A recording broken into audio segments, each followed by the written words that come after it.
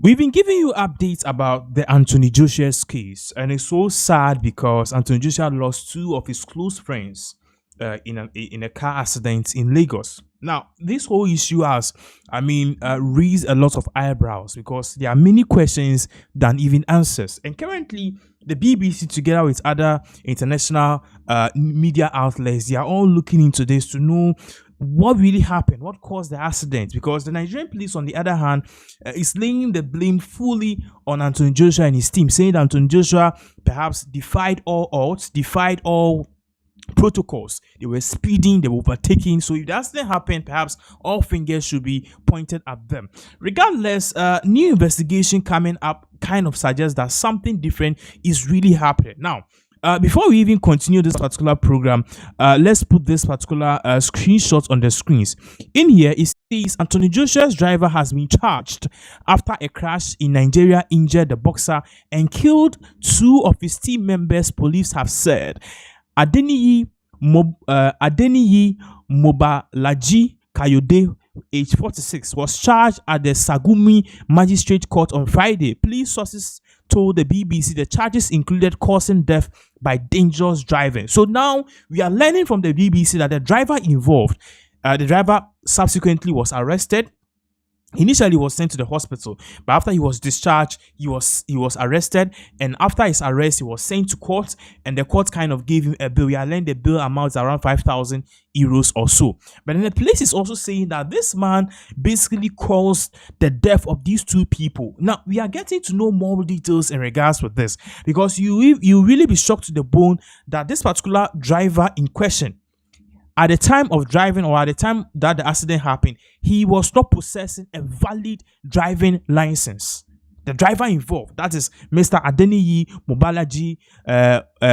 Mobolaji Kayode, he was not possessing, or he did not have any valid driving license. Now, far from that, we are also learning that more things unfolded during or before the accident happened. Now, you'll be shocked also to the bone that Anthony Joshua was actually sitting in front of the car.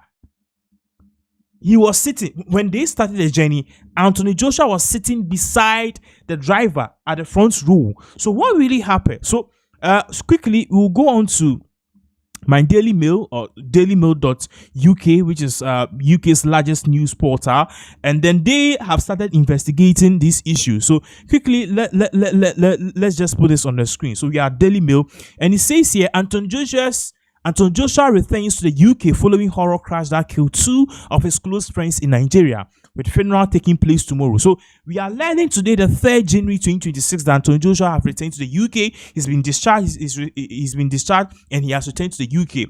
And two of his close friends who were killed in the crash, we are learning that their funeral will be held tomorrow, which is the 4th of January 2026. Now, we're reading because along the way, you realize that the driver kind of also spoke and gave an account of what really happened.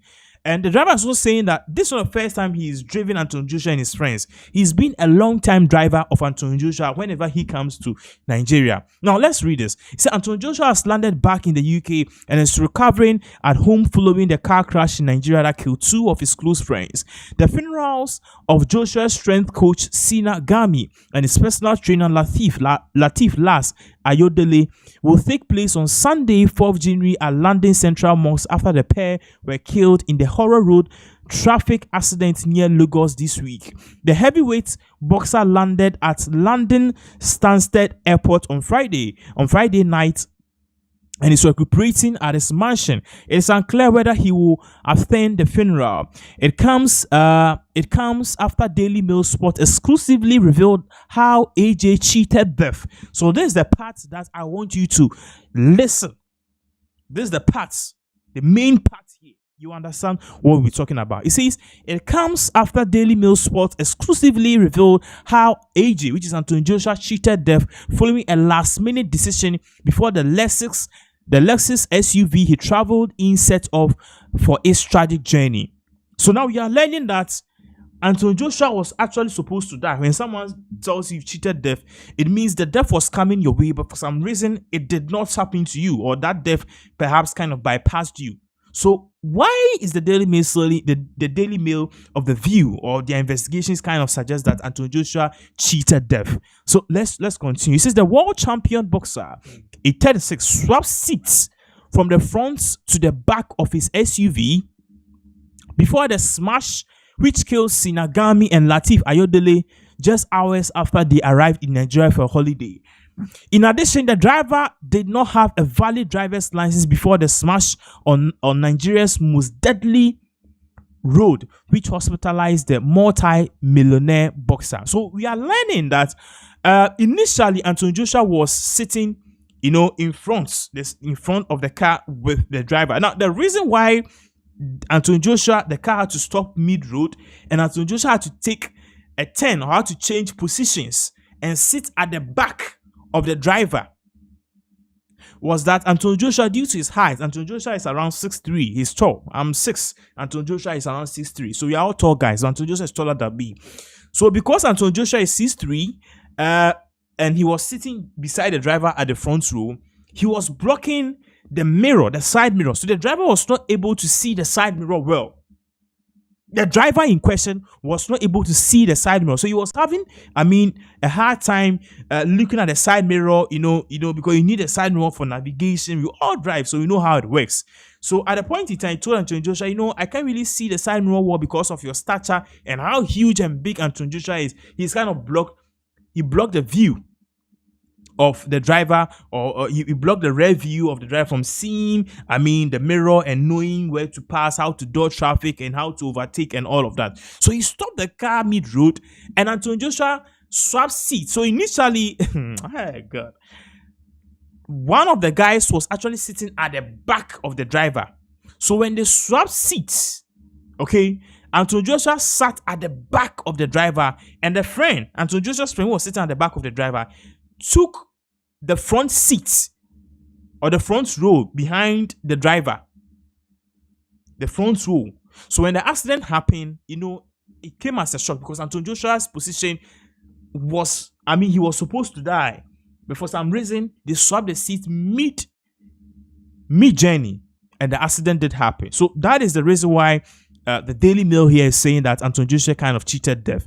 And aside from this, we also learned that the driver, at the time of the accident, did not have a valid driving license. Now let's continue. He said the jaw-dropping revelation emerged at a court hearing for his driver Adeniyi Mobolaji Kayode, 47, in Sagumi High Court on Friday, at which he denied all charges against him, which included dangerous driving. Kayode was wearing a black Muslim kaftan and pleaded not guilty when the charges were read out to him by the clerk as members of his family attended. He claims he's innocent and the brakes failed. So now the driver is saying that the brake failed. The driver is saying that the brake failed. So now this same accident, we don't know which is true. We don't know what is true. According to the Telegraph's investigation, the Telegraph told us that the driver or the car experienced a tire burst. That is the first angle. Now, the people on the road, the passengers and the drivers on the road who were also plying using the same road, they also reported sighting Anthony Joshua's car over speeding. So the first one is a tire burst. The second one is over speeding. The same people on the road also cited Anthony Joshua's car overtaking, unnecessary overtaking. So now we have overspeeding, we have a tire burst, we have overspeeding, and we have overtaking. And now the driver is also telling us that for some reason, he had a brake failure. So there are 4 accounts here, and we need to really evaluate the car. And this is Nigeria. They don't have the necessary systems, the necessary logistics to kind of, diagnose the car very well and see if perhaps this car indeed suffered a brake failure or not.